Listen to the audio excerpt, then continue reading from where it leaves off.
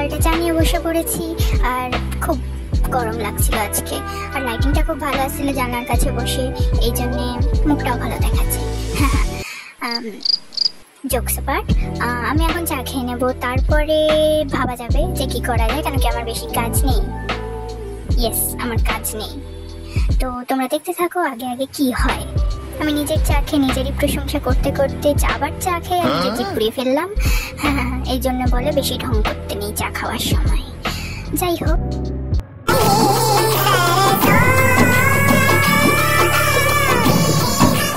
চলেছে আমার breakfast, half boil ডিম আর দুধ। আমার ডিম খেতে একদম ভালো লাগে না। ব্রেকফাস্টের পর আমি বসে পড়েছি পড়তে। এখন অ্যারেঞ্জমেন্টগুলো করে নেবো এবং পড়া স্টার্ট করবো।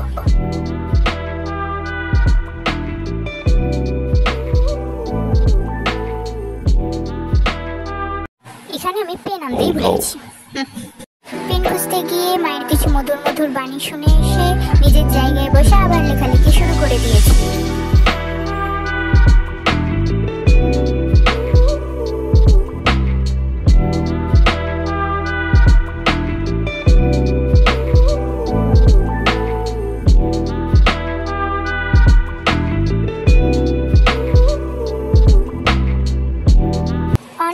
পড়াশোনা করার পর আমি স্নান ধান করে এখন চলে এসেছি।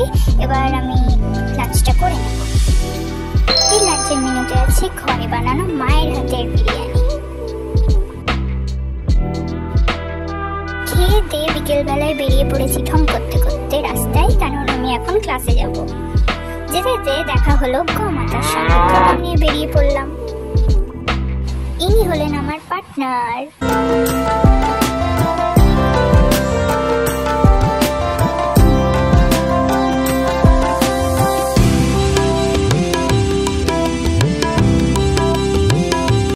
বাড়িতে ঢুকতে না ঢুকতেই এদের কাণ্ড কারখানায় আমার সম্মুখীন হতে হচ্ছে। একজন ঘুমিয়ে আছে আর দুজন খেলা করে বেড়াচ্ছে।